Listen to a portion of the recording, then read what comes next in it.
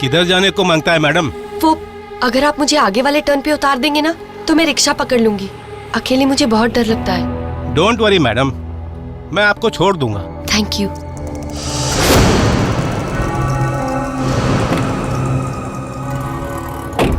वैसे मुंबई सबसे safe city माना जाता है हमारे देश में। आप तो बेकार में ही डर रही हैं। ये तेरी बहुत बड़ी गलतफहमी है सेठ। कहना क्या चाहती हो आप? ये जो तुझे पे ना ये और ये जल्दी दे, जल्दी कर। और अगर मैं ये सब आपको देने से इनकार कर दूं तो क्या कर लोगे सिस्टर? तो भाईजान मैं अपने कपड़े उतारेगी, चिल्लाएगी, पुलिस को बुलाएगी और बोलेगी कि ये मुझे अकेली देखकर लिफ्ट के बहाने इधर लेके आया और उसके बाद मुझे अकेली देखकर मेरे ऊपर जबरदस्ती करता है। कहाँ फंस गया तू पिंटो? किसी को पता चलेगा तो क्या इज्जत रहेगी तेरी? सब कुछ निकाल के दे दे चुपचाप।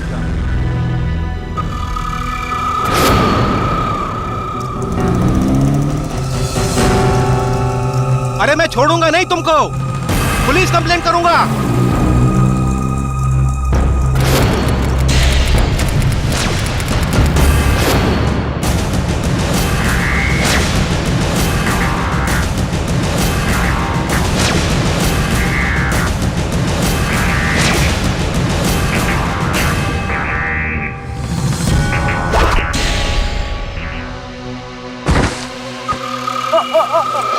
अरे भाईजान इधर आओ ना भाई। ओ भाईजान इधर आओ। तो देखो गिर गया है। अरे क्या जल्दी गिर गया।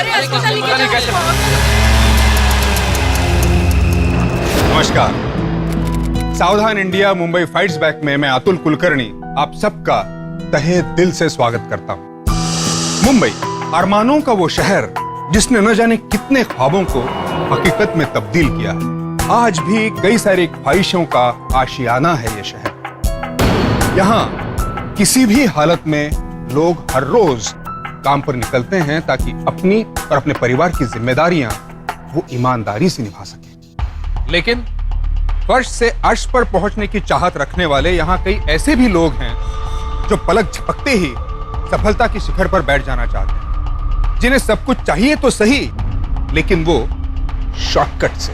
और ये वही लोग हैं जो मुंबईकरों को लगातार धोखाधड़ी और फरेब के जाल में फंसा रहे हैं। ऐसे ही जमात से ये जोड़ा भी जुड़ा हुआ था जो अपनी साजिश में लोगों को फंसा रहा था, फिर चाहे किसी निर्दोष की जिंदगी दांव पर ही क्यों न लग जाए। और खास बात यह थी कि ठगी और जालसाजी के धंधे में ये जोड़ा अपना पैठ बढ़ा रहा था और पुलिस को इस बात की भनक भी नहीं थी। ऐसे में मिस्टर पिंटो के साथ जो फरेब हुआ वो पुलिस के लिए एक चुनौती था और सरदर्द भी। बहुत गलत हुआ आपके साथ मिस्टर पिंटो। मैं आपके पूरे पैसे दिलाने की पूरी कोशिश करूंगा। जी इंस्पेक्टर साहब।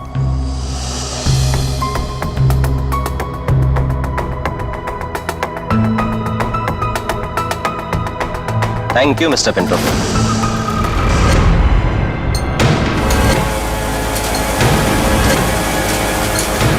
ये स्केचेस सभी पुलिस स्टेशन पहुंच जाना चाहिए। जी सर।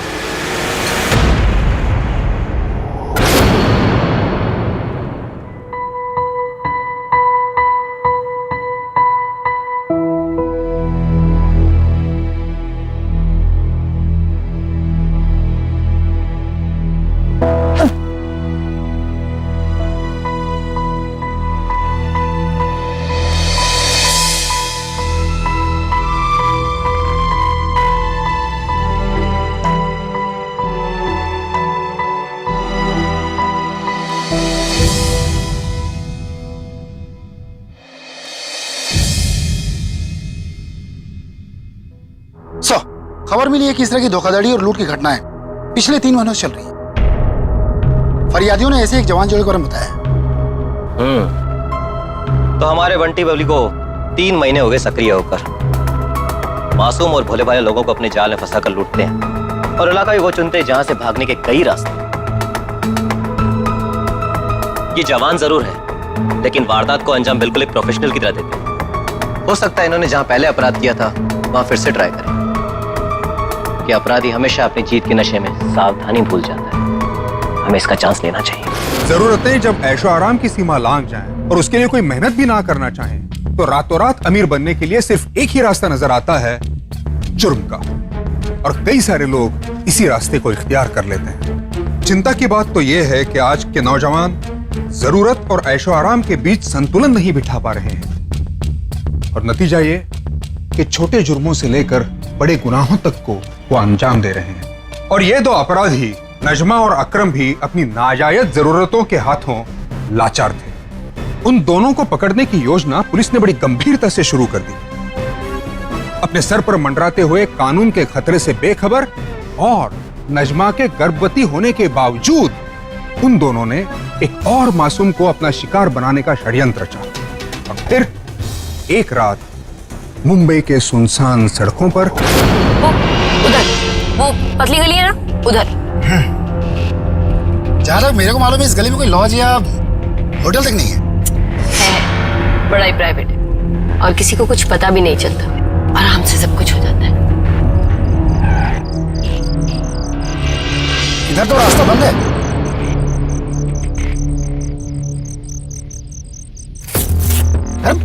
ये क्या करी तू? ये क्या करी तू? अब सुन, तुम्हारा सारा निकाल।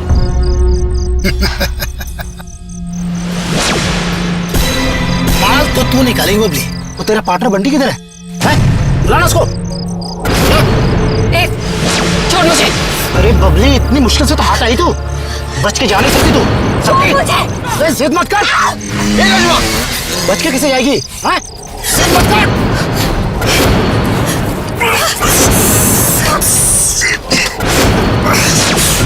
जल्दी बैठ।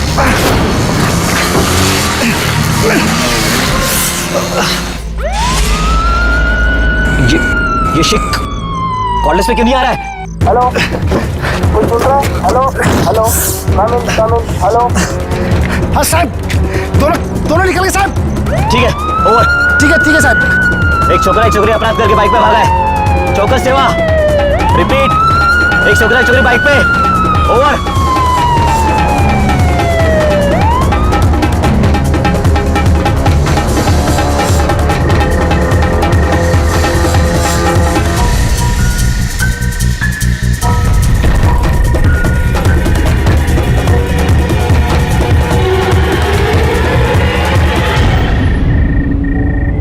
अकरम, वो आदमी मेरे को, मुझे। ए नजमा, कुछ नहीं होगा अपन को, कुछ नहीं होगा। अपन सेफ है अपन, फ्री है ना अपन। हाँ, क्या करेंगे अकरम? देख नजमा, अभी है ना, अभी अपन एक साथ में रह नहीं सकते हैं। अपनी पहचान हो गई, ठीक है? पुलिस एक लड़का एक लड़की को साथ में ढूंढ रही होगी, तो अपन को एक दूसरे से थोड़ा अलग अलग रहना पड़ेगा। तो थोड़ा दिन के लिए हाँ, थोड़ा दिन के लिए। बन जाएंगे किधर भी नजमा, किधर भी अंडरग्राउंड होने का है अपन को, बस अंडरग्राउंड होने का है। और किधर भी जाएंगे। तेरे पास कोई है जगह, कोई जगह रहने का वास्ता है क्या? हाँ, मेरी फूफी बाइकुलर में रहती है। वो मेरे को रखेगी ना, मैं जाएगी उधर उसके पास। हाँ, बस तू उधर जा। वो दोनों अब भगोड़े बन चुके थे, लेकिन गर्भवती नजमा के लिए अपने पार्टनर के साथ कदम मिलाना इतना आसान नहीं था। चालाक अकरम ने अपना शातिर दिमाग चलाया और वो दोनों अलग हो गए। गुमशुदा होना पकड़े जाने से बेहतर था, लेकिन हर नई स्थिति अपने साथ एक नई चुनौती भी लाती है। इन दोनों के साथ भी वही हुआ।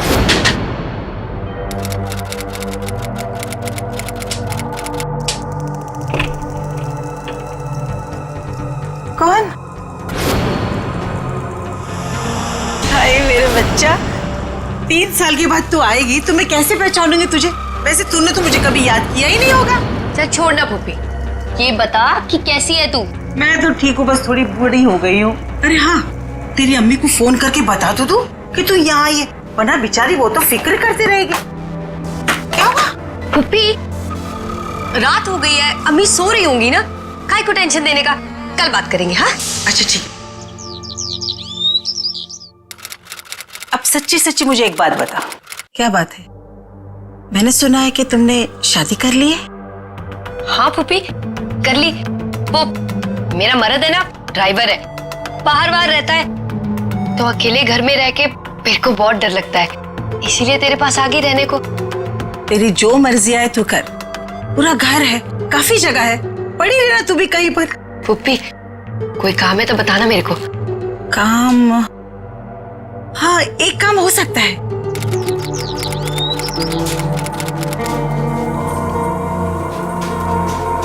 आइए आइए ना।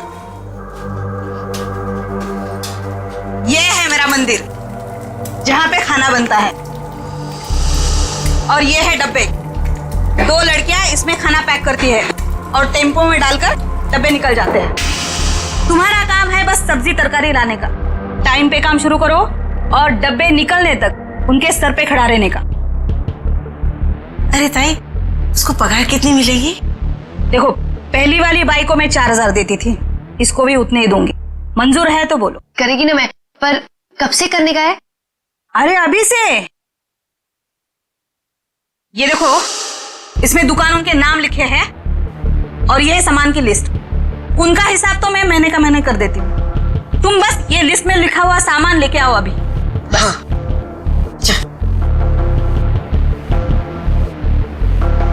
ताई, इधर उधर रहने के वास्ते कोई जगह मिलेगी क्या? रोज कौन फूफी के घर से हाँ आएगा?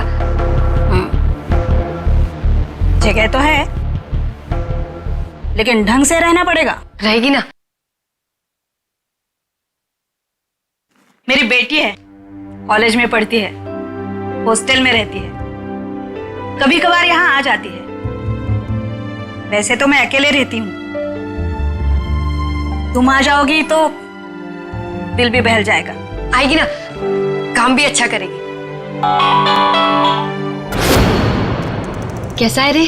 कैसा होगा रे, इधर कोपचे में बैठे लाए। तू कैसी है? तेरे को तेरी फूफी मिली क्या? अरे फूफी भी मिली और काम भी मिला। कैसी नौकरी रे नजमा? हाँ, क्या दिमाग का शॉर्ट कर रही ली? तू भांडी घसेगी किसी के घर का, वो भी ऐसी हालत में? तेरी सटा के लिए क्या? अरे ऐसा नहीं है रे, वो खाना भेजने वाली एक ताई है, उसी के घर पे सब संभालने का है। अरे पन काय को रे नजमा? फूफी के घर पे रहती तो उसके पेट में बात ना बचती, कुछ ना कुछ करके अम्मी अब्बू को बता देती। इसीलिए दूर रहना ही ठीक है। चल, रखती है। चल ठीक है। मुंबई पुलिस पूरी जद्दोजहद के साथ नजमा और अकरम को तलाश करने में जुट गई।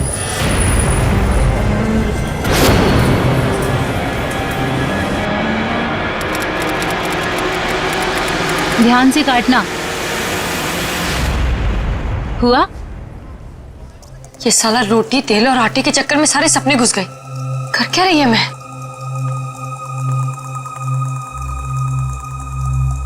मला काही म्हणालीस का नजमा? मतलब कुछ लाने का है क्या? तेल, नमक? वो ताई, रोटी के लिए आटा खत्म हो गया, मैं लेने जा रही है।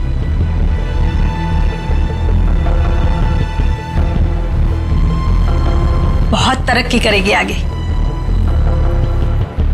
अरे किसी दिन तेरे मर्द से तो मिला दे मुझे। हाँ, मिलाएगी ना ताई, मिलाएगी। चलती है।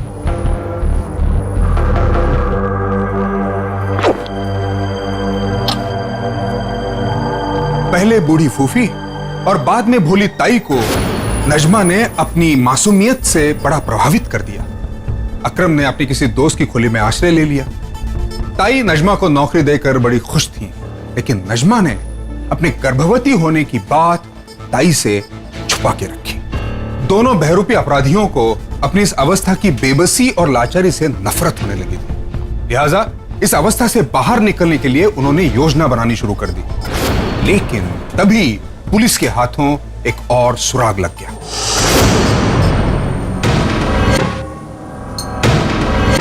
ए सुनो। हाँ? इसे पहचानते हो क्या? किसी ने बताया है इसी इलाके में रहता है। नहीं साहब, ध्यान से देखो। हम लोग नहीं जानते इसे, इधर का नहीं है ये। चल। अली भाई, अरे पुलिस है ना, अकरम के लिए पूछताछ कर रही है।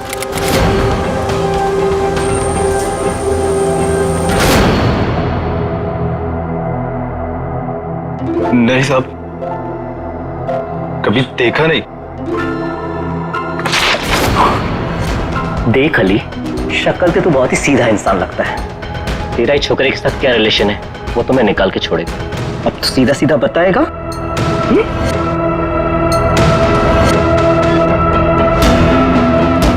साहब, अपन को लफड़े में नहीं पड़ने का है। अपन धंधे वाला आदमी है, काम धंधा करके घर चलाता है। इसका नाम अकरम है, अनाथ छोकरा है, साथ में पले बड़े हुए, काम सीखा, मैकेनिक भी अच्छा है, लेकिन गड़बड़ है। इसको पैसा कमाने का बहुत है, कभी कभी बहुत ज्यादा गड़बड़ करता है, अपन जानता है। एक दिन अरे अकरम। हाँ हाँ अली भाई, ये फारूकी भाई हैं। अस्सलाम वालेकुम। वालेकुम अस्सलाम। इनकी गाड़ी खराब हो गई है यार। अच्छा तो तू देख लेना क्या है क्या नहीं है। हाँ। और एक मिनट इधर आ। अच्छा सुन, देख इनकी माली हालत बड़ी खराब चल रही है। हाँ। इनसे पैसे मत लेना, ठीक है? ध्यान रखना सब कुछ। ठीक है भाई, तुम जाओ, मैं कर लेगा। ठीक है खान साहब, मैंने इनको बता दिया है सारा करने के लिए। ठीक है। तो ये कर देगा, ठीक है? मैं आता हूँ। अस्सलाम वालेकुम। हाँ भाई, क्या क्या खराब है भाई? चलते चलते बंद हो गई। अच्छा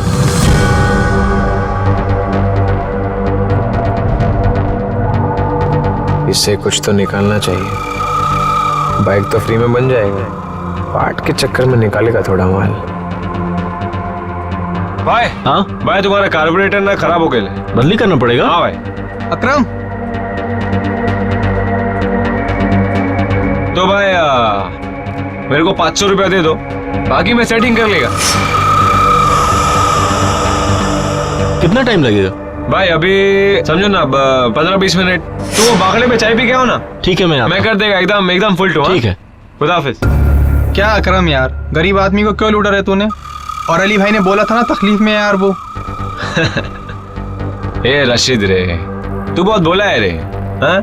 अबे अगर घोड़ा घास पे रहम खाएगा तो खाएगा क्या? भाई तू नहीं सुधरने वाला। चला।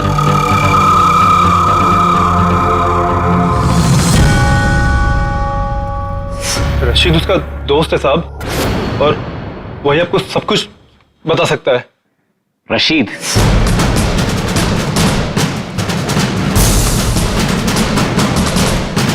कहाँ है अकरम? साहब मुझे नहीं मालूम साहब, खुदा कसम नहीं मालूम? नहीं साहब, मुझे नहीं मालूम। स्केच दे, स्केच दे। इसको जानता है? जानता है इसको? साहब ये तो नज़मा है, जावेद मियाँ की बेटी साहब। साहब घर में गरीबी तो थी, पर इसको मस्ती मारने का शौक था, और साहब इसकी एक दिन दोस्ती अकरम से हो गई। ए हीरो, पिक्चर दिखाएगा क्या? रोकड़ा है?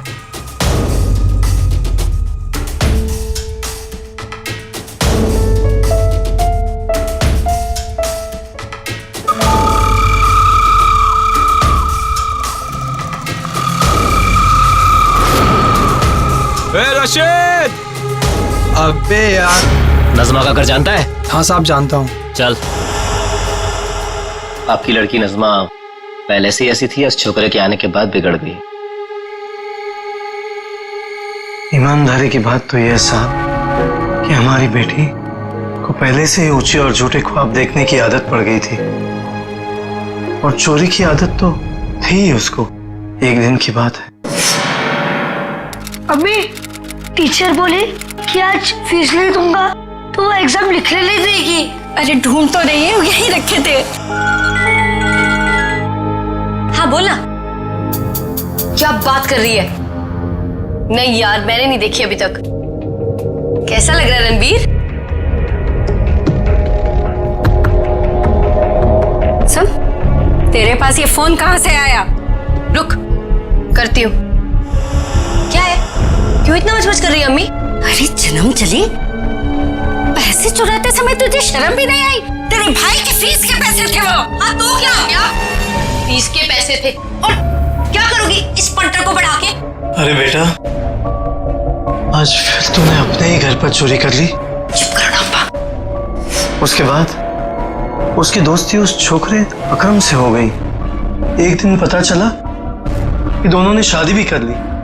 तब से नज़मा ने घर और हम सबको छोड़ दिया, और तब से लेके आज तक वो फिर कभी घर लौटी ही नहीं साहब। तफ्तीश की एक एक कड़ी को जोड़ते हुए पुलिस ने उन दोनों का पता ठिकाना तलाश ही लिया। नहीं, उन दोनों का असली नाम भी उन्हें पता चला। नजमा दुनिया की चकाचौंध से बहकी हुई एक गरीब घर की लड़की थी, और अकरम एक यतीम मैकेनिक था जिसके सर पर पैसे वाला बनने का भूत सवार था। ये जोड़ी भगवान ने नहीं, अपराध ने बनाई थी। नजमा और अकरम दो ऐसे ठग थे जिनके लिए रिश्ते नाते बेमानी थे। उनके लिए बस रुपया सब कुछ था और उसके लिए वो किसी को भी अपना निशाना बना सकते थे। हैरत की बात देखिए, पुलिस के बढ़ते दबाव के बावजूद उन्होंने अपने इरादों को ठंडे बक्से में नहीं रखा। अपना नया शिकार उन्होंने तुरंत चुन लिया। नजमा, अकरम, तेरी सांस क्यों बोल रही है? नजमा, पुलिस वाले को अपना ड्राइंग मिल गया है। अभी पांडू को चकमा देके आया अपन। अब क्या करेंगे अकरम? अभी है ना, अपन को बहुत बड़ा हाथ मारना पड़ेगा, बहुत बड़ा हाथ मारना पड़ेगा। और उसके बाद मुंबई से कल्टी। हाँ,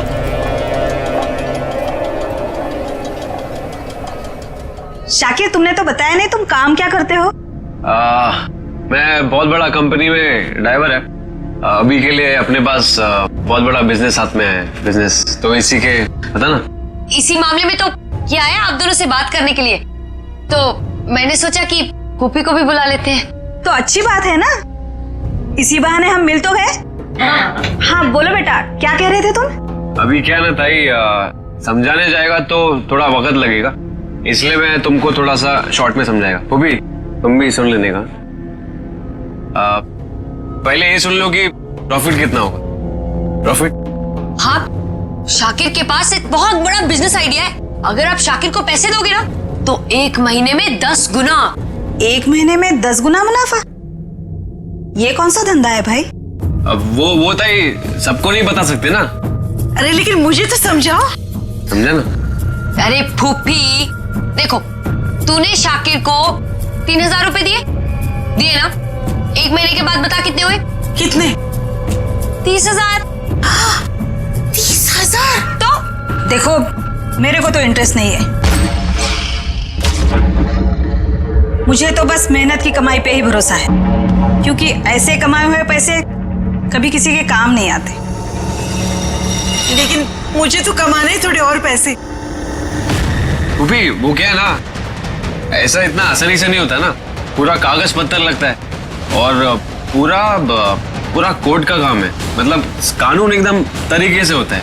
तो क्या है, मैं काम करता है, कल मैं तुम्हारे घर पे नजमा के साथ आता है और तुमको वहां पे सब कुछ समझा देगा। अभी क्या है ना पुप्पी, ये स्कीम शुरू करने के लिए अपन को 10,000 रुपए मांगता है और गारंटी क्या है ना पुप्पी, तुम्हारे घर का सारा पेपर्स लगेगा। पुप्पी, तुम्हारे पास है ना पेपर घर का? हाँ, क्यों नहीं है ना, ये घर मेरा है, मेरे पास घर के पूरे पेपर्स है। मैं अभी लेकर आती हूँ, पैसे भी लाती हूँ और घर के कागजात भी लेकर आती हूँ। हाँ।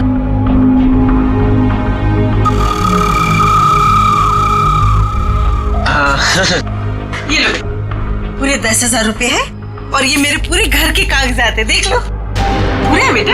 हाँ हाँ। पुप्पी, मैं क्या बोल रहा है, अभी तुम्हारे अंगूठे का छाप चाहिए। अच्छा अच्छा।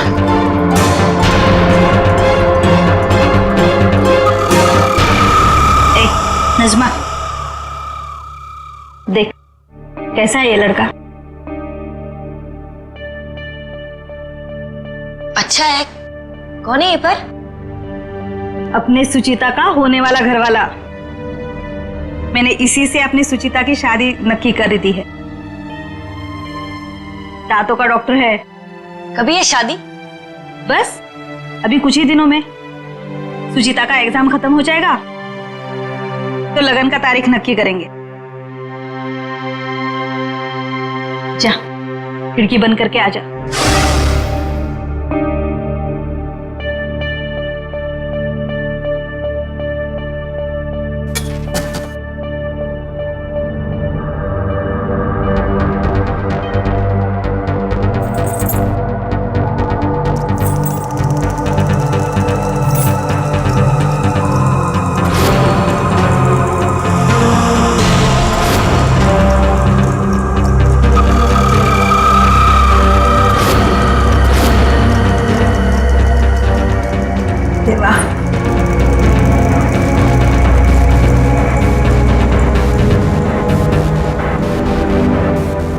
देख, सुचिता के लिए बनाया है, कैश भी है और जेवर भी। ये मेरी पूरी जिंदगी भर की कमाई है जो मैंने सुचिता के शादी के लिए जमा करके रखी है। सुचिता के पिताजी के जाने के बाद।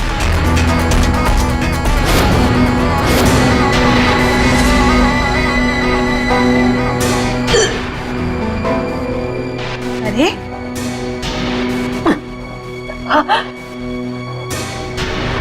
अभी तेरे को डॉक्टर के पास आना ही पड़ेगा नज़मा।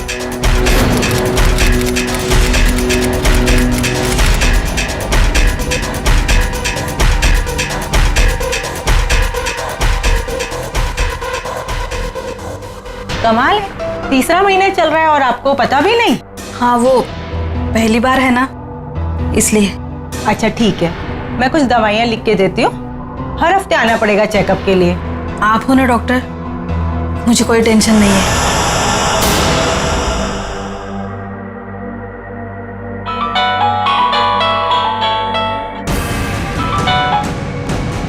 नजमा बोल। अरे सुनना अकरम, अब ताई की छोकरी है ना सुचिता, वो गई अपने हॉस्टल वापस, और अब उनको जो भी करना होगा आज रात ही करना होगा। हाँ, और बोलता है तो आज ही हाथ साफ कर देते हैं। हाँ, मैं एक काम करता है, मैं आज रात को पूरा तैयारी करके आता है, ठीक है?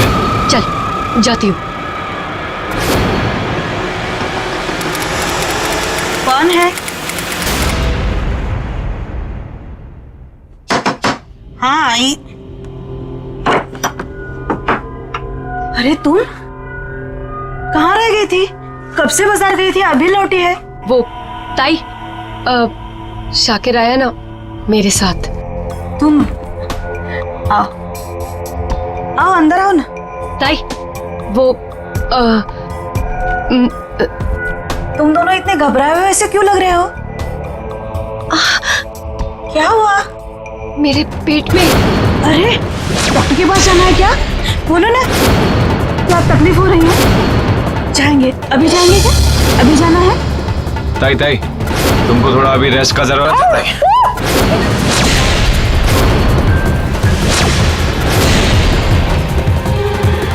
गई।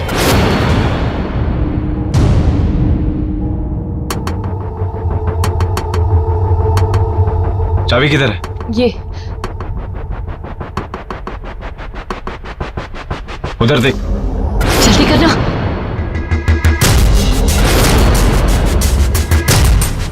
वो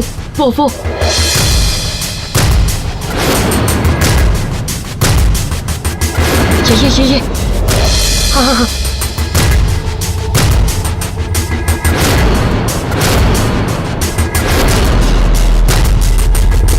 चल।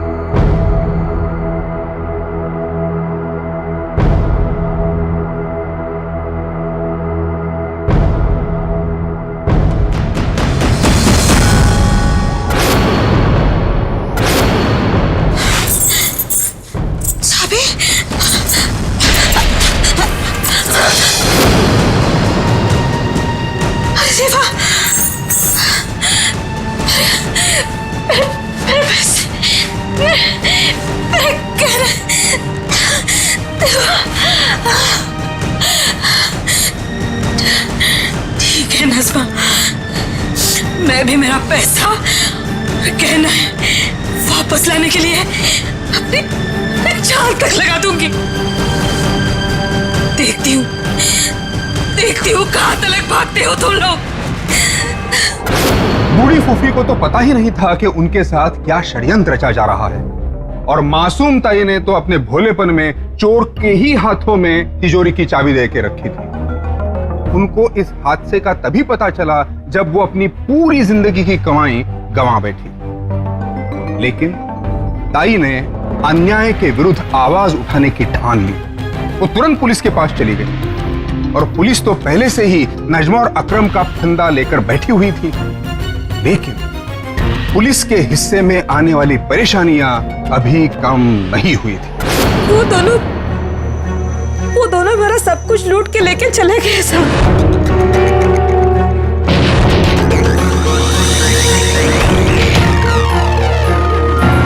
लेकिन नज़मा आपके घर आई कैसे? चांद भी नज़मा की फूफी उसको मेरे पास लेके आ गई। शेख गाड़ी निकालो। साहब एक और बात, नज़मा 3 महीने की पेट से है।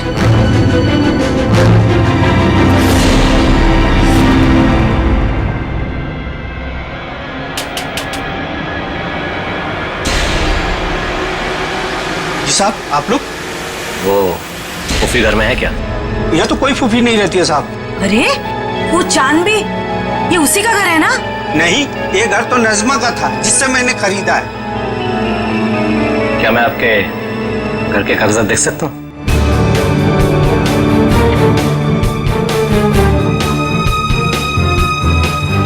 ये घर फूफी ने नज़मा को बेचा था और नज़मा ने इन्हें।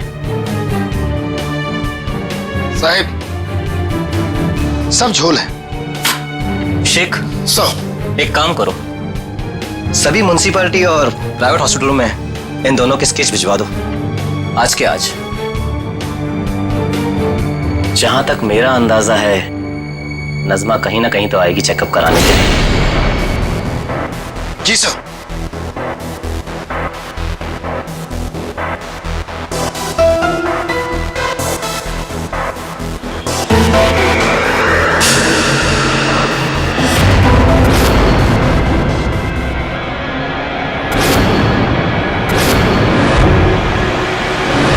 अरे ये तो वही पुलिस वाला है।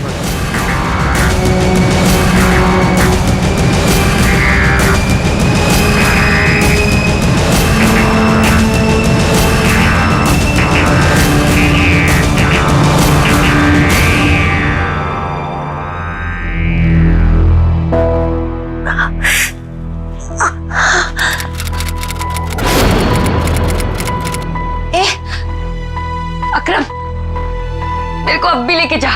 किधर? हॉस्पिटल। मेरे से और बर्दाश्त नहीं हो रहा है। नज़मा, थोड़ा सा झेल लेना रे दर्द को, तो खाली फुकट का पल जाएंगे अपन। वो तूने देखा नहीं क्या? वो ढोले लोग कैसा ढूंढ रहे हैं अपन को, हर हॉस्पिटल में ढूंढ रहे हैं। प्लीज सर हटना। अगर तेरी ऐसी हालत होती ना तब पूछती तेरे को, इससे पहले कि मेरी सटक जाए ना। लेके चल मुझे।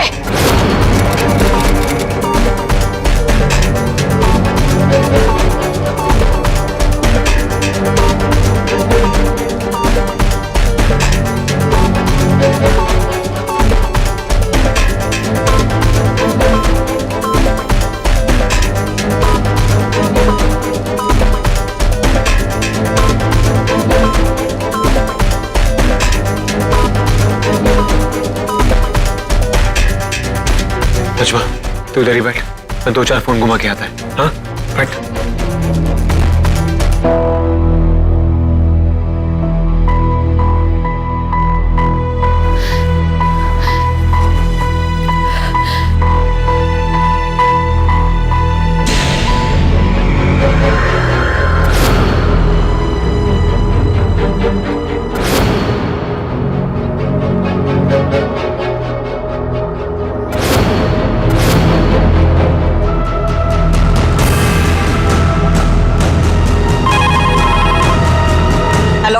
हेलो ताई, वो नज़मा हॉस्पिटल आई है, आप अभी यहाँ आ जाइए। क्या?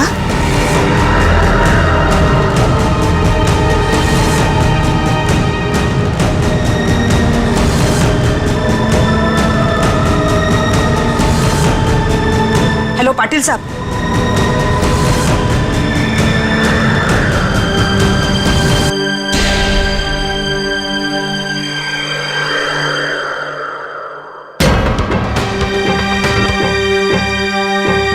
इनको तो तू जानती होगी ना?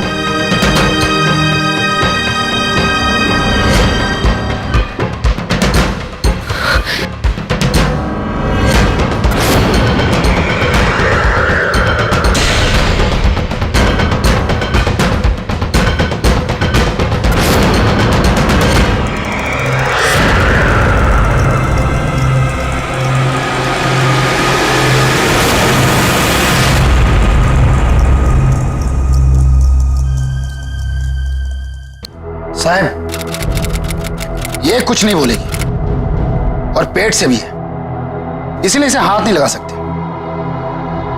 क्या करें, टाइम निकल रहा है, कहीं अकरम ना निकल जाए।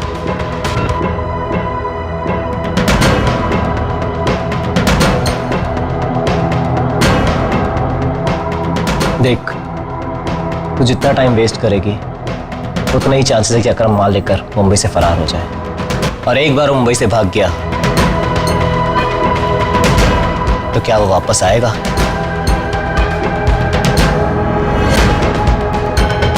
नहीं, ये तू भी जानती है। तुम दोनों की सजा तू अकेली भुगतेगी और तेरा होने वाला बच्चा बेचारा अकरम का क्या है, उसे तो कोई और नज़्मा मिल जाएगी।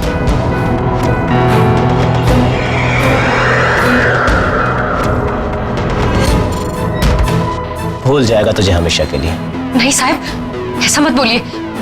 अकरम मुझे और अपने बच्चे को छोड़ के कहीं नहीं जाएगा। मैं जाने नहीं दूंगी।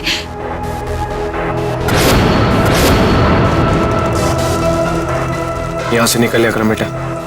नजमा तो लटक गई, तो भी अपना सोच और मां लेके खिसक यहां से कहीं बहुत दूर।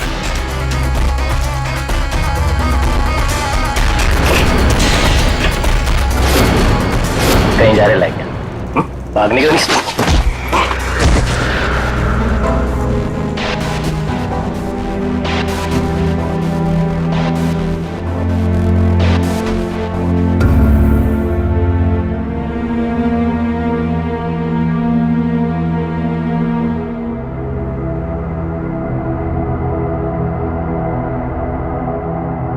चल अब सच सच बता, नज़्मा की फूफी कहां है? बोल।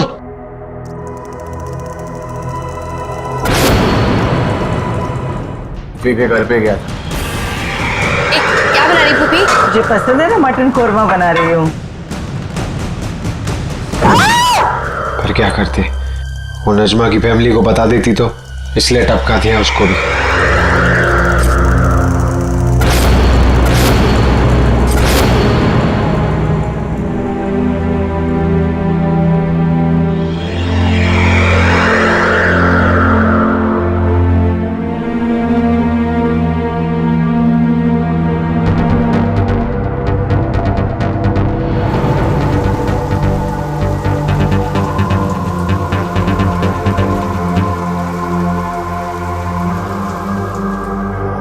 कहते हैं कि गुनहगार को अपने गुनाह की सजा मिलनी चाहिए, जरूर मिलनी चाहिए, लेकिन सही सजा तभी मिलेगी जब अपराध से लड़ने की ड्यूटी सिर्फ पुलिस की ना हो बल्कि हमारी भी हो। हम अगर सावधानता बरतते हैं तो हमारे हिस्से की लड़ाई हम काफी हद तक जीत सकते हैं। देखिए, किसी पर भी भरोसा करना कोई बुरी बात नहीं है, लेकिन भरोसे के साथ साथ सतर्कता का होना बहुत जरूरी है। जिस मोड़ पर भरोसे ने लापरवाही बरती, उसी मोड़ पर गुनाह ने मानो अपना रास्ता ढूंढ लिया। ताई और फूफी ने नजमा और अकरम पर भरोसा करके कोई गलती नहीं की। अफसोस सिर्फ इस बात का है कि आजकल मुंबई में भरोसा साजिश का शिकार होते जा रहा है। हमारे कहने का यह कतई मतलब नहीं है कि आप किसी पर भरोसा ना करें या सबको शक की निगाह से देखें, नहीं, बिल्कुल नहीं। बात सिर्फ इतनी सी है कि आप अपनी लापरवाही को समझें और उस पर लगाम लगाएं। लापरवाही पर अंकुश, दूसरे शब्दों में सतर्कता है, जरूर याद रखिए। मुंबई पुलिस की सतर्कता की वजह से अकरम और नजमा की जोड़ी गिरफ्त में आ गई। उन्होंने अपना गुनाह कबूल किया और आईपीसी की धारा 310 और 302 के तहत उन्हें सजा सुनाई गई। एक बात याद रखना जरूरी है कि ऐसे फरेबी लोग अपने शातिर दिमाग की वजह से नहीं बल्कि हम लोगों की लापरवाही की वजह से कामयाब हो जाते हैं। इसलिए जब भी कोई आदमी आपको मालामाल करने की बात करें या आपकी मुरादें पूरी करने की बात करें तो आप एक बार सतर्क होकर जरूर जरूर जरूर सोचिएगा, क्योंकि वक्त आ गया है कि ऐसे अपराधियों को हम कह दें आता बस। आज के लिए बस इतना ही। अगले हफ्ते एक ऐसी ही घटना के साथ फिर मिलेंगे, क्योंकि जुर्म से जंग जारी है, अब मुंबई की बारी है। तब तक सावधान इंडिया, मुंबई फाइट्स बैक।